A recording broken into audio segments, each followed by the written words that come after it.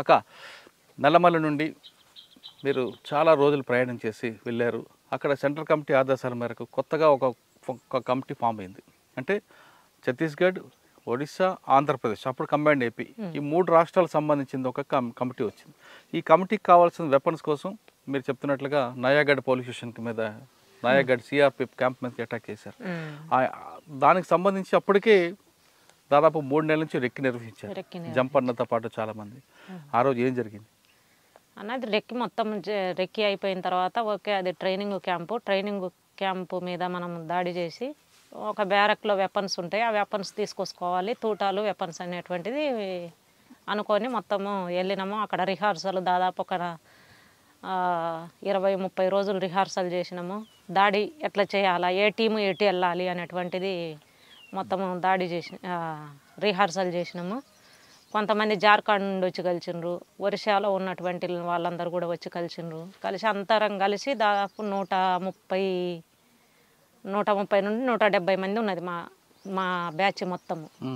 ఇక అన్నీ ఒక్కొక్కరు ఒక టీముగా, ఒక 5 మంది ఒక టీము, 10 మంది ఒక టీము, అట్లా అంత రిహార్సల్ చేసేసి ఫిబ్రవరి 2008 ఫిబ్రవరిలో, కరెక్ట్ డేట్ గుర్తులేదు, ఫిబ్రవరిలో దాడికి వెళ్ళినాము.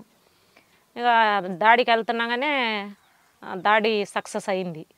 మేము అనుకున్న దానికంటే కూడా ఊహించని అంత వెపన్స్, అన్ని తూటాలు అక్కడ మాకు. అది అంటే స్టేషన్ కూడా వెంటనే మాకు పోలీసులు, అక్కడ ఉన్నటువంటి ప్రతిఘటించిన పోలీసులు కొంతమంది, ఒక 3-4 చనిపోయిన, మిగిలినటువంటిది అంతా కూడా మా కంట్రోల్లోకి వచ్చింది.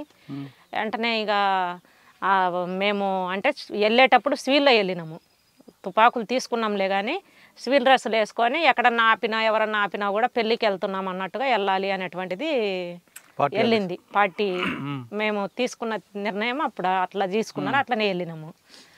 అట్లా సివిల్లో వెళ్ళిన తర్వాత అక్కడికి వెళ్తున్నానే పై డ్రెస్సులని తీసేసినాము, ఇంకా మళ్ళీ తుపాకులు పట్టుకున్నాము. ఇక దాడి స్టార్ట్ అయినాక ఒక గంట లోపే మొత్తం స్వాధీనం అయింది స్టేషన్ మొత్తము. ఇక స్వాధీనం అయిన తర్వాత వెపన్స్, పెద్ద ఎత్తున వెపన్స్ ఉన్నాయి, వెపన్స్, తూటాలు. ఇక దాదాపు 2 లారీలకు లోడ్ చేసినాము. 2 లారీలకు లోడ్ చేసి ఇంకా మొత్తం ఎక్కడ ఈ సెంట్రీలు ఉన్నటువంటి పోర్స్ విడివిడిగా ఉన్నటువంటి బ్యాచ్లు అందరినీ మా వాళ్ళని పిలవనంపుకొని మొత్తం అంత వెపన్స్ మొత్తం లోడ్ చేసినాం 2 లారీలకు. లోడ్ చేయడానికే దాదాపు 3 గంటలు అట్లా పట్టింది మాకు. 3 అయింది తెల్లవారుజామున. ఇక అక్కడి నుంచి మేము ఎక్కడికైతే మళ్ళీ రిటర్ను రావాలనో అక్కడికి రాలేకపోయినాము. మధ్యన సరిగా తెలిసిన అక్కడ లోకల్ హెచ్జిడిసి నెంబర్లు, లోకల్ ఫోర్స్ అంతా మాతోటే ఉంది కాబట్టి సరే మధ్యలోకి ఇక్కడ ఉండొచ్చు అని చెప్పేసి అంటే అక్కడికి వెళ్ళినాము. వెళ్ళేసి కొంచెం మేము అక్కడికి వెళ్ళేసరికి నేను తెల్లారింది, అడ్వాన్స్కి పోయేసరికి తెల్లారింది. మేము వెళ్ళాల్సిన వరకు రిటర్న్ రావాల్సిన ప్లేస్కి అయితే రాలేదు, మధ్యలోకి వెళ్ళేసి ఇంకా ఆగిపోయినాము.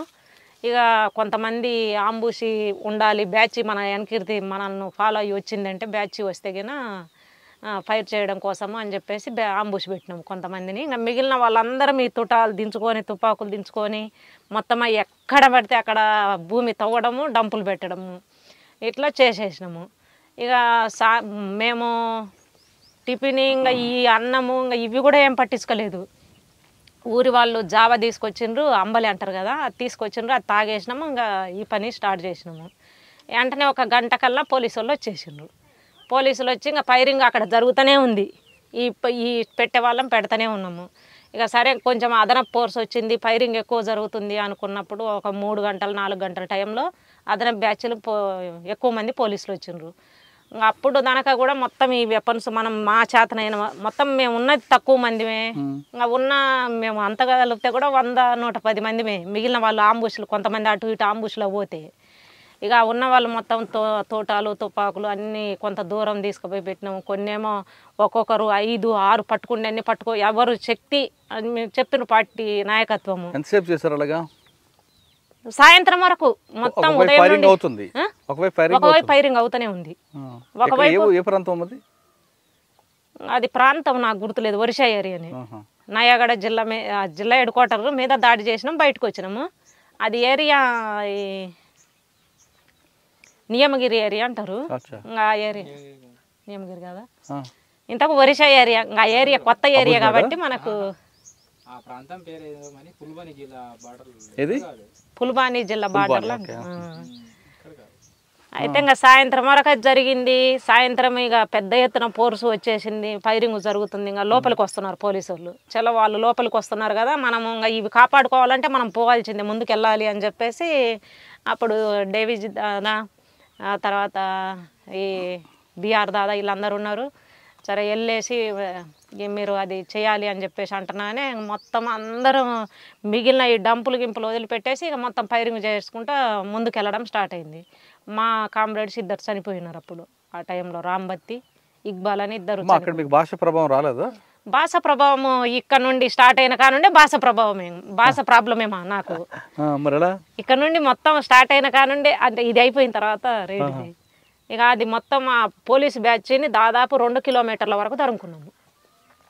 మొత్తం ఫైరింగ్ చేసుకుంటూ ముందుకు వెళ్తుంటే వాళ్ళు వెనకకి వెళ్ళిపోయినారు. 2 కిలోమీటర్ల వరకు తరుముకొని ఆ ఫైరింగ్లో మా పార్టీ వాళ్ళు ఇద్దరు చనిపోతే వాళ్ళని తీసుకొచ్చి వాళ్ళని దాన సంస్కరణలను చేయని కొంతమందిని ఒక బ్యాచ్ని కేటాయించిండ్రు. ఇంకా మిగిలిన వాళ్ళమంతా ఇక తెల్లారేంత వరకు ఇవి పెట్టేసి తెల్లారేసరికి ఇంకా ఈడ ఉండొద్దు, ఇంకా ఎట్లయినా మళ్ళీ అదనపు చుట్టూ నుండి కూడా వస్తుంది కదా, కాబట్టి అని చెప్పేసి మేము ఇంకా నుండి ఎన్ని సాధ్యమైతే అన్ని ఎవరు ఎంత శక్తి మేరకు మోయగలిగితే అని పట్టుకోండి అన్నారు. 3-4 వెపన్స్, తోటాలు, ఒక మూట అందరం కట్టుకున్నాం. పట్టుకోలేరు ఇక రావాలి కదా, మళ్ళీ ఏవోబికి రావద్దు. అక్కడ రైడ్ అయిపోయింది కదా, అనుకున్న కార్యక్రమం అయిపోయింది. రైడ్ కోసమే అక్కడికి వెళ్ళినాం ఒరిషాకు. ఏవోబికి వచ్చినాము. ఏవోబికి మొత్తం ఇంకా మళ్ళీ ఈ ఏవోబి ఏరియా, అది గాలికొండ ఏరియా అటు సైడ్కి వచ్చినాము. ఆ దళాల పేర్లు కూడా పెద్దగా అక్కడ ఇప్పుడు అప్పుడైతే గుర్తుండేవి కానీ ఇప్పుడు చాలా రోజులైంది. సూర్యం ఎలా చనిపోయారు? సూర్యం అప్పుడు చనిపోలేదన్న, 2010లో ఎన్కౌంటర్లో చనిపోయాడు. మళ్ళీ మేము ఈ ఒరిస్సా డీకేకి వచ్చినాము. డీకేలో వచ్చి కొన్ని కార్యక్రమాలు చేసిన తర్వాత మళ్ళీ ఒరిస్సాకి వెళ్ళినాము. కంపెనీలో ఒక ప్లాటును ఈ ఫస్ట్ కంపెనీ ఈ దాడి చేసేసింది. మళ్ళీ డీకే అక్కడ నుండి ఆ తుపాకులు తీసుకొని వచ్చిన తర్వాత మళ్ళీ రావడమే ఏఓబికి వచ్చిన తర్వాత మళ్ళీ సీసీ వాళ్ళు మాకు కూసబెట్టి చెప్పింది ఏంటంటే, సూర్యంకు నాకు మీరు ఇప్పుడు ఫస్ట్ కంపెనీలో ఉండి మనం ఇది చేసినాము, అయితే ఫస్ట్ కంపెనీలో ఏరే వాళ్ళను కేటాయిద్దాము, మీరు సెకండ్ కంపెనీకి వెళ్ళాలి, సెకండ్ సిఆర్సి కంపెనీ ఏర్పాటు చేస్తున్నాము, దానికి మీరు రావాలి అని చెప్పేసి అన్నారు. సరే అని చెప్పేసి మళ్ళీ ఆ కంపెనీ కోసం వెపన్స్ అన్నీ, ఇక్కడ ఉన్నటువంటి వెపన్స్ అన్నీ మొత్తం ఇక్కడికి వచ్చినాక సీసీ వాళ్ళన్నీ మొత్తం డిస్ట్రిబ్యూట్ చేసినారు అనమాట. సెకండ్ కంపెనీకి ఎన్ని, ఫస్ట్ కంపెనీకి ఎన్ని. ఫస్ట్ కంపెనీ స్టార్ట్ అయింది, దాడి చేసినాం, మళ్ళీ సెకండ్ కంపెనీకి వచ్చినాం మేమిద్దరం మాతో పాటు కొంతమంది, ఒక ప్లాటును సంఖ్యమోనే. మళ్ళీ సెకండ్ కంపెనీకి వెళ్ళిన తర్వాత అప్పుడు ఇల్లు మాకు కలిసిండ్రు. ఒక ప్లాటును మళ్ళీ ఇల్లు ఒక ప్లాటును వచ్చి మైను వాళ్ళు, వీళ్ళు అక్కడ నుండి వచ్చి అక్కడ ఉన్నారు. Ravi first second company commander, మైనేమో సెకండ్ కంపెనీ కమాండర్గా ఉన్నాడు, సూర్యమేమో సెక్రటరీగా ఉన్నాడు. మేము మళ్ళీ డీకేలో కొన్ని కార్యక్రమాలు, ఒకటి అంబుష్ చేసినాం, బండ అంబుష్ అని. ఇంకా అవి అయిపోయిన తర్వాత మళ్ళీ ఏఓబికి వెళ్ళినాము. అక్కడ భూ పోరాటాలు జరుగుతున్నాయి బాగా, నారాయణపట్నము ఆ ఏరియాలో భూ పోరాటాలు జరుగుతున్నాయి. ఇంకా అక్కడ మీరు దానికి సపోర్ట్కి వెళ్ళాలి అని చెప్పేసి అన్నారు.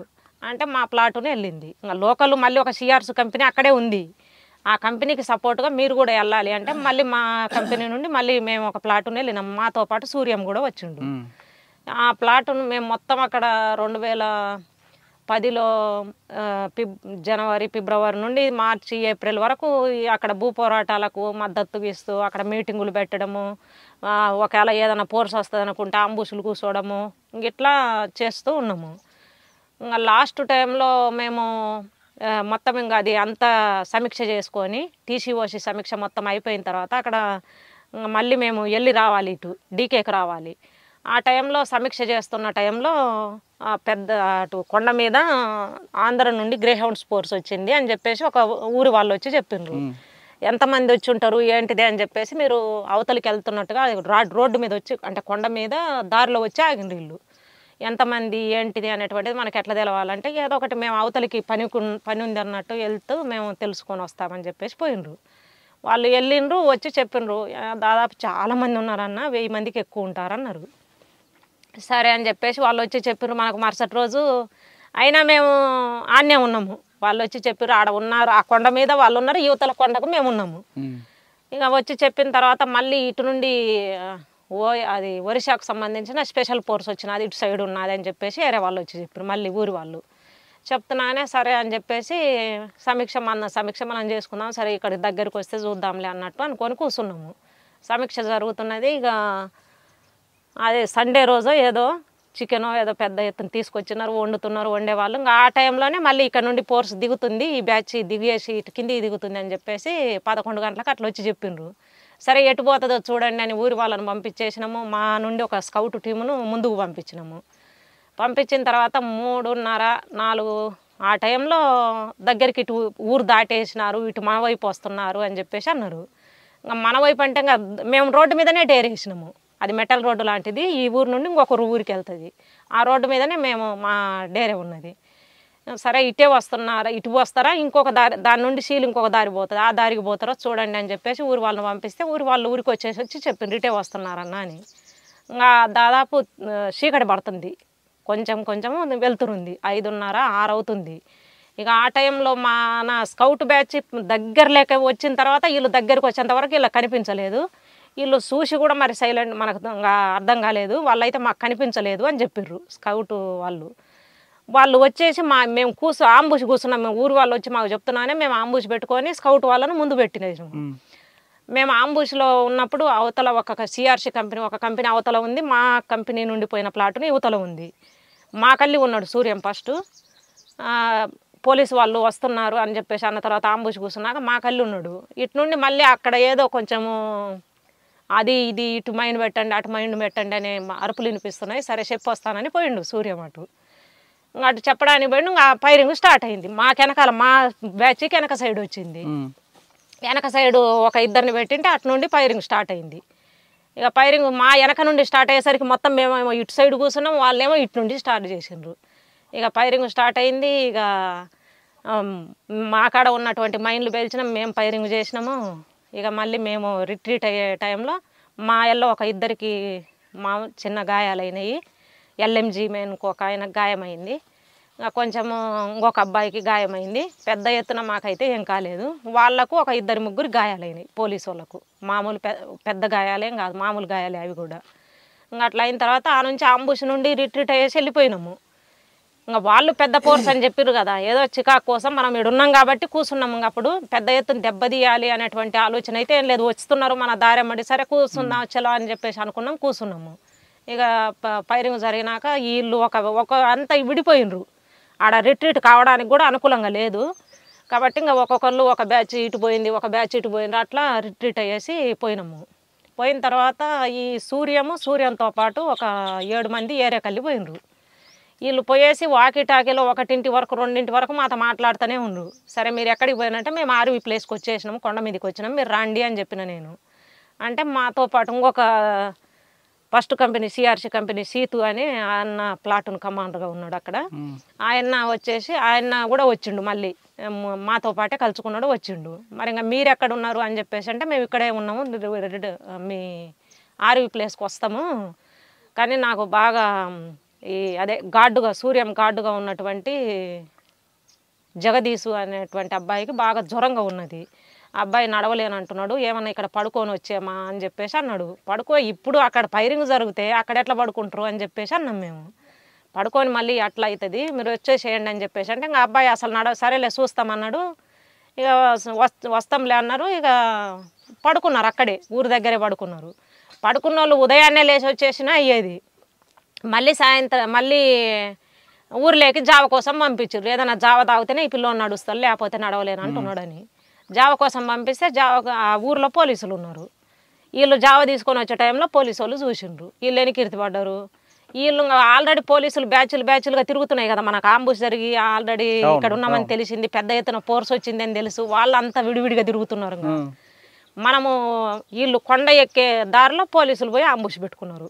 వీళ్ళు ఒక బ్యాచ్నేమో ఊర్లో చూసిండ్రు, సరే వెళ్ళిపోదాం మనోళ్ళ కాడికి అని చెప్పేసి మనోళ్ళు వచ్చే టైంలో పోలీసులు పైన ఆంబుష్ పెట్టుకున్నారు. మధ్యలో కొండ అక్కడ ఫైర్ చేసిండ్రు. వాళ్ళు ఫైర్ చేస్తున్నానే వీళ్ళు కొండ ఒక లోయలోకి దిగేసి వాళ్ళు డైరెక్ట్ పైకి మళ్ళీ ఇంకొక వైపు సైడ్కి ఎక్కిండ్రు. ఎక్కేటప్పుడేమో ఇటు ఉన్నటువంటి బ్యాచ్ కొట్టింది 2 గార్డు సూర్యం 2 చనిపోయారు. 2కి గాయాలైనాయి. గాయాలైనవి వాళ్ళు వాకి ఆన్ చేసి ఒకటి రెండు మాటలు సన్నగా వస్తున్నాయి కానీ మాట మాకు వినిపిస్తలేదు. ఇంకా సరే ఏమన్నా షెల్స్ అయిపోయినాయేమో, షెల్స్ ఒకవేళ ఊర్లో నుండి తెచ్చుకొని వేసుకునేంత వరకు రాదు కదా అనుకున్నాము. అంటే ఇంకా వీళ్ళతో పాటు ఉన్న వాళ్ళు ఒకవైపు పోయినరు, వీళ్ళిద్దరు ఒకవైపు పోయినరు. కాబట్టి మాకు ఇన్ఫర్మేషన్ లేదు. ఇంకా 4 రోజులు 5 రోజుల వరకు మాకు ఇన్ఫర్మేషన్ ఇంకా లేదు. ఇంకా ఆడికి పోయి ఒకవేళ చూద్దామంటే పోలీస్ వాళ్ళు క్యాంప్ పెట్టిండ్రు ఆ ఊర్లో. ఈ ఫైరింగ్ జరిగినటువంటి ఊర్లోనే క్యాంప్ పెట్టేసిండ్రు. ఇక మొత్తం అటు ఇటు తిరుగుతున్నారు. ఇంకా ఆడికి వెళ్ళి చూడలేదు. సరే ఏదైనా తప్పించుకొని ఉన్నారు. వీళ్ళు వచ్చిన వాళ్ళు ఏం చెప్తున్నారంటే సూర్యంతో పాటు ఉండి తప్పించుకున్న వాళ్ళు బాగానే ఉన్నారు, సూర్యంకి అయితే ఏమీ కాలేదు, బాగానే ఉన్నాడు, మాతో పాటే కొంచెం ముందుకు వచ్చినాకనే పక్కకు పోయినారు తప్ప ఇవాళ సూర్యంకి అయితే ఏం కాలేదని వీళ్ళు కాన్ఫిడెన్స్గా చెప్తున్నారు. కాబట్టి మాకు కూడా నమ్మకం ఉన్నది కొంచెము. అయితే నాకైతే డౌట్ ఉంది, ఖచ్చితంగా సూర్యము ఒకవేళ బతికి ఉంటే ఎక్కడైనా వెళ్ళేసి వాకి ఆన్ చేసుకొని అయితే మాట్లాడతాడు కదా. ఊర్లోకి వెళ్ళి ఎవరి చేత ఒకళ్ళ చేత జనాలు తెలుసు కదా, భాష రాకపోయినా ఏదో ఒక రకంగా అది చూపించైనా సెల్లు చేపించుకొని మాట్లాడతారు. మాట్లాడతలేడు అంటే ఏదో అయింది అన్నటువంటి ఒక డౌట్ అయితే ఉంది. ఇక 3-4 రోజులు చూసిన తర్వాత అదే ఊరి వాళ్ళు వచ్చేసి ఏదో మామిడికాయలు కోసుకుంటుంటే మాకు వెపన్స్ కనిపించినాయనే ప్రచారం అయింది. అట్లా కనిపించినాయని ఊరి వాళ్ళు వచ్చి చెప్పిండ్రు, ఇట్లా అంటున్నారన్న ఊరి వాళ్ళు, మరి ఏంటి అని చెప్పేసి అంటే సరే అని చెప్పేసి అప్పుడు 6 రోజుల తర్వాత వెళ్ళి చూసిరా, ఖచ్చితంగా చూడాల్సిందే. ఇంకా అంటే మా ప్లాటూన్ వాళ్ళు, నేను, ఇంకా సాకేతు అదే రామకృష్ణ మాతో పాటు ఉన్నాడు. మరి డీకేకి వెళ్దాము, సూర్యం ముందు ఏపీటీలో కలుస్తలే, ఇంకొక ఏపీటీ మళ్ళీ సెకండ్ ఏపీటీ పెట్టుకుంటాం కదా ఒకవేళ ఇక్కడ కలవకపోతే, డీకేకి వెళ్ళే ఏరియాలో ఒక ఆర్వీ పెట్టుకొని ఉన్నాం, ఆడ కలుస్తలే అని చెప్పేసి అన్నారు. ఇక మా కంపెనీ వాళ్ళు మొత్తం అసలు లేదు, సూర్యము ఖచ్చితంగా ఇక్కడ చూసుకొనే పోదాము అని చెప్పేసి ఇంకా మేము మొండికేసినాము. ఏదో ఒకటి ఇక్కడ చూసుకోకుండా అసలు ముందుకు వెళ్ళిండి అనేటువంటిది మనం